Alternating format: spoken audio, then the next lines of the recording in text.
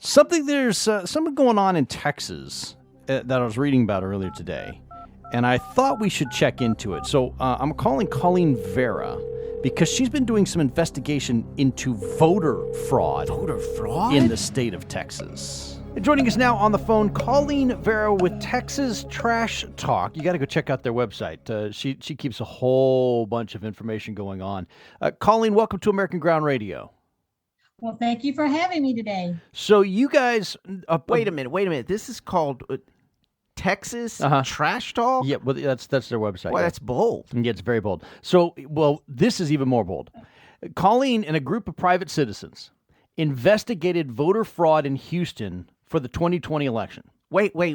Voter fraud? Voter fraud. I never heard of such. They found dead people requesting mail-in ballots for last year's election. Colleen, can you tell folks what it was that you guys found and how'd you find it? Well, what we did is we did a public information request for the applications for ballot by mail from a couple of different races where we felt that there were the percentage of ballot by mail that the candidate received was quite a bit higher percentage than what they received in person. So we asked for those applications.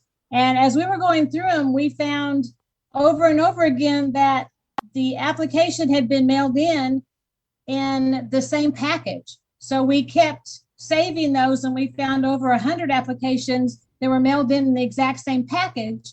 And the return address on that package was someone that we had been looking at back from 2018. She's a convicted forger that we felt in 2018 had been involved in voter fraud. So we pulled those and we started looking at those voters' applications individually. And we started noticing that a few of them, we couldn't find anything on those voters. And so we asked for some help from private investigators, and we found that 4 of those voters were deceased, as far back as 1991. You guys published Kathleen Huey, passed in 1991, 29 years before her application was signed and mailed. Gloria Chambers passed away in 2010, 10 years before her application was signed and mailed. Jesse Burks passed away in 2015, 5 years before her application was mailed. Tommy Bookman, a U.S. Army veteran, served his country in the Korean War, laid to rest in the Houston National Cemetery in 2016, 4 years before his application was signed and mailed. And then Sylvia Thomas, who lives and votes in New Orleans, she claims she hasn't lived in Houston over 20 years and did not apply for a ballot by mail in Texas 2020. But there it is. There's her name and someone's signature. She says it's not hers. Yes. And a few of those, you notice, they were witnessed by someone, and her name was Tomar Bishop. And now that we've gone back and spoke with those families, they've never heard of anyone named Tomar Bishop.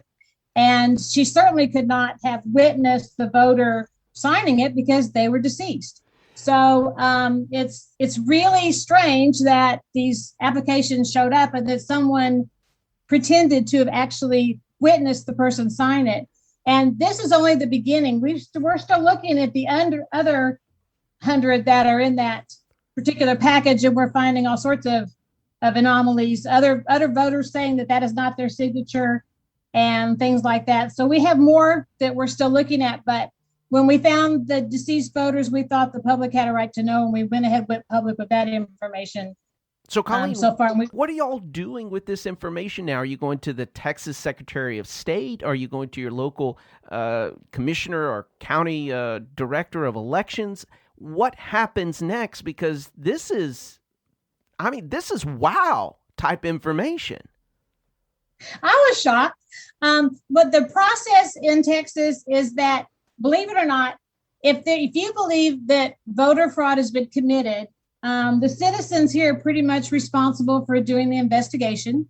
And then if you find you have enough evidence, you file a complaint with the Texas Secretary of State, who then reviews it. And if they feel that there is enough to proceed, then they turn it over to the Texas Attorney General's office. But you guys have to give them basically a slam dunk. They won't investigate this on their own. Is that right? That's what we have found, yes. And that's why the Attorney General's office prosecutors, I call them bureaucrat prosecutors, they have told us that they like the case for the dead voters and the lady in Louisiana. The ones we're still compiling, we have to work on that before we hand it over to them. But we believe we have an entire harvesting ring that we'll be able to prove.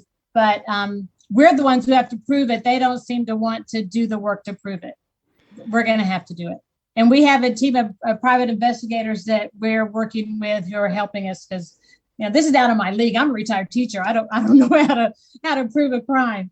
So we're getting help from private investigators, which are just really awesome people and really know what they're doing. So that's helped. But it's amazing that as a retired teacher, you care enough about this country to investigate. Colleen, Vera, thank you so much for doing all this work. Please keep us up to date. We are interested and we want to get the word out as much as we can. And of course, people can go to your website at Texas Trash Talk. Well, thank you so much. We'll let you know what we find next. Wonderful. And again, go to their website, texastrashtalk.com, texastrashtalk.com. Not only do they show you the names of the people that were involved, they actually have photocopies of the actual applications. You got to check it out.